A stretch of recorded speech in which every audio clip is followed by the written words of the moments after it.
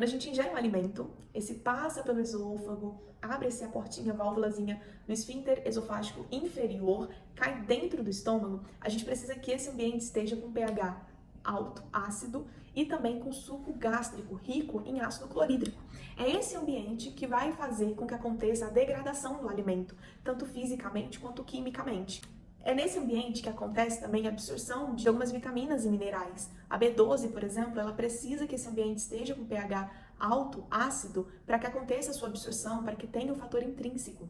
É o mesmo que acontece com o magnésio. A gente também precisa ter suco gástrico para ter a absorção do magnésio. O mesmo acontece também com as enzimas gástricas. A gente precisa ter esse ambiente rico em enzimas, rico em suco gástrico, com pH ácido, para que aconteça a quebra também de macronutriente em micronutriente, proteína em aminoácido, por exemplo. Dessa forma, a gente tem também fermentação bacteriana para que aconteça a produção de ácidos graxos de cadeia curta.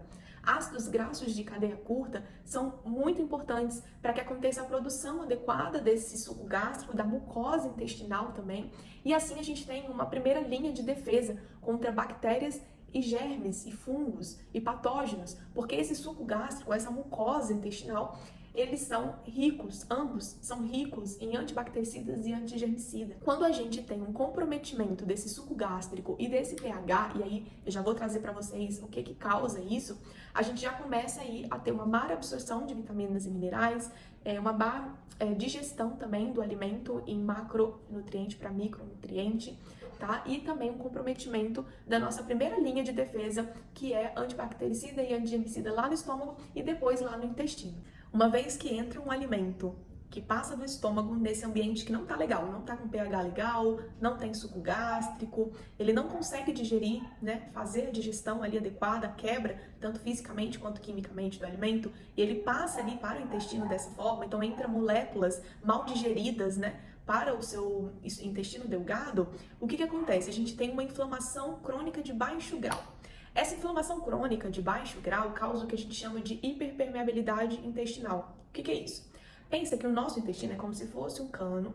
Dentro desse cano, a gente tem as vilosidades na parede do intestino, e essas vilosidades, elas têm receptores que vão fazer uma pré-seleção do que deve ou não entrar para a nossa corrente sanguínea. E aí, teoricamente, era pra gente entrar ali o quê? Nutrientes, vitaminas, minerais. Só que quando a gente tem essa inflamação do nosso intestino, acaba acionando a zonulina, que é uma proteína que faz justamente o controle disso, ela acaba permitindo a entrada.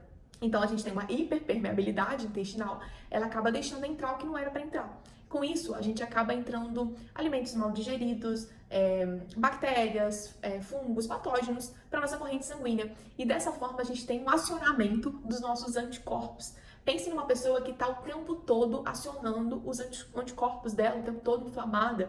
Essa pessoa está o tempo todo em estado de alerta. É um pré-fator importantíssimo para doenças autoimunes, para inflamações, para alergias, intolerâncias e para comprometimento de vários sistemas do nosso corpo e também para a produção, por exemplo, de serotonina, dopamina. A minha sugestão é: consuma fibras, as fibras que vão trazer essa produção de ácidos graxos de cadeia curta, que vão auxiliar nessa produção tanto do suco gástrico quanto da mucosa intestinal. E também para vocês tomarem muito cuidado com o uso indiscriminado de açúcar, refrigerante, principalmente por conta do pH do refrigerante, ele acaba alterando o pH do nosso estômago. Industrializados, então farinha branca também. Hoje a gente tem uma questão do glúten que foi modificado. Eu posso estar trazendo com relação ao glúten aqui em outro vídeo pra gente não se prolongar, e aí a gente fala um pouco mais da gliadina, que é justamente o que vai estar ali aumentando a produção das zonulinas lá no nosso intestino.